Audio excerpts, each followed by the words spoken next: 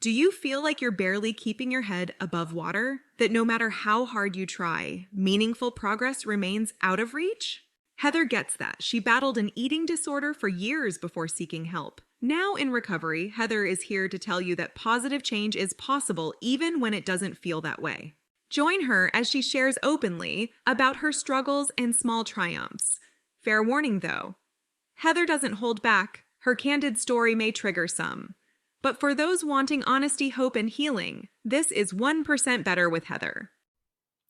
Hey there, my little gaffers, and welcome to 1% Better with Heather. Today's episode's entitled, How Are You Really Doing? Yesterday, I had a friend come over for tea who I haven't seen in years. I've known her for like 19, but we, kind of did the life thing. She had kids, I had kids. I got divorced. She was in that friend group. So when you get divorced, you lose a lot of friends. So we actually met up at the local grocery store, start talking. I'm like, hey, let's have tea. So we did. She came over, she looked at me, and she said, how are you really doing? And I burst into tears. No, I'm not gonna lie, burst into tears. And that's the first time someone's ever really asked me, how am I really doing? A lot. It was like a tidal wave, to be honest. This simple little question can open so much healing for so many people. We tend to put on masks in life and especially in recovery. Everything's fine. I'm doing good. Don't really want to talk about more feelings because if you're in group therapy or therapy, you're already talking about your feelings. The last thing I want to do is talk about my feelings. And I kind of just want to keep it moving, so to speak.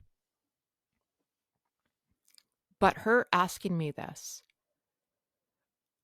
was so freeing.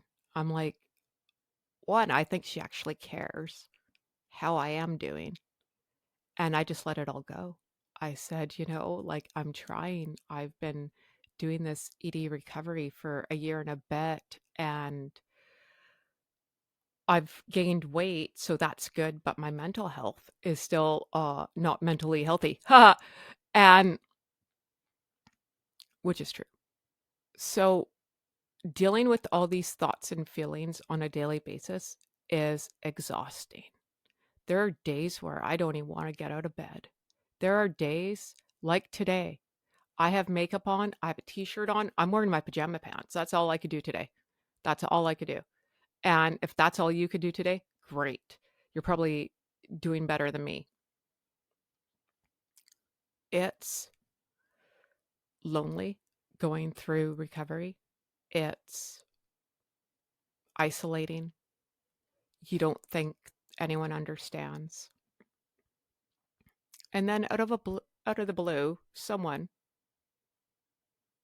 asks a genuine question.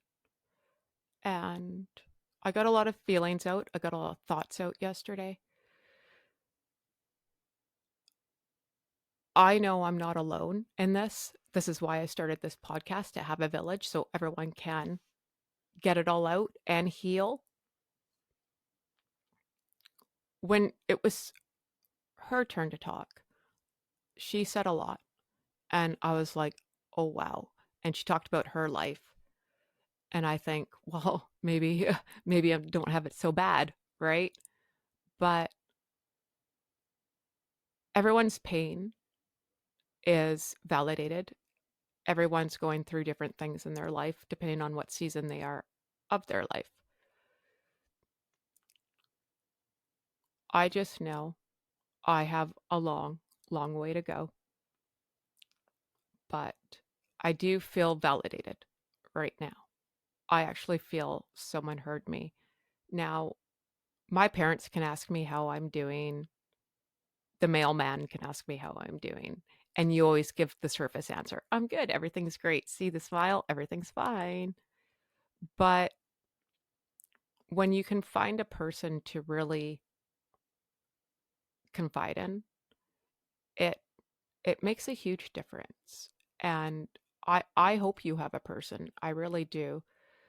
If you want to write me on the info at 1%better.ca website, I can answer if you're alone, because I never want anyone to feel like me ever. But I said something about my recovery, and she said, Heather, it's not about the destination, it's about the journey. What have you learned in a year? Because I'm really good at self deprecating. I can like tear myself apart. I don't need help. And I think I'm looking at things the wrong way, that there's so many wins, but like you always look at the failure. You could have won 1,000 Olympic medals and you'll think about the one that you didn't win. Why not turn all that emotion into that one that you didn't win, into happy emotion for all those that you did? So that's where I'm going with today. There will be stumbling blocks on eating disorder recovery.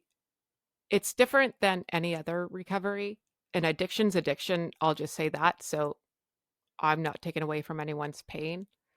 But this addiction, my medicine, and my kryptonite are the exact same thing.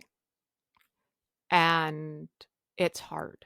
It's hard to look at one thing being food, being my medicine, as my kryptonite. And it gets exhausting trying to explain to people why or how somebody can be scared of food. I can't explain it. I can't. I wish I could. But it's a weird feeling, and trying to overcome that is going to take years and years. And there will be stumbles. There will be. There's nobody who's gone through eating disorder recovery who has not fallen or stumbled or got sent back to go. And that's okay. It's how long we stand at the start point again, right? So if we just pick ourselves up and keep going, it gets a little bit easier. You know, mistakes are life lessons. They are tools to help us get through life. That's how we learn. No baby has come out of the gate and just walked. They crawl, they fall, they face plant, they get back up. And having a village right there to encourage that baby is important, right? So that's how I look at myself now. Maybe I'm just like a 5'10" baby. I just need more encouragement right now than I have in the last couple of months. I don't know if it's because it's February and January and people get kind of depressed during this season. I understand why, because I'm right there with them. I also live in Vancouver, where it is cloudy and rainy and snowy and not a fun place to live at this point. So weather makes a huge difference. I'm very much looking forward to spring, where I feel new and capable of seizing the day. But some days are for laying in bed and just recharging. And that's okay. That's how I look at it now. I call it recharging because that's exactly what I need. We fight a battle 24/7. And I don't think we give ourselves enough credit for fighting the battle because it's exhausting. So no one else could run a marathon 24/7 and not fall eventually. So I hope you're doing well. And I hope you give yourself a little bit of grace today. 1% better every day. Take care of you. That's all for this episode of 1% Better. To continue the conversation, head over to our website at www.1percentbetter.ca, where you can access more stories and resources. We'd also love it if you subscribed and left us a review on your favorite podcast platform.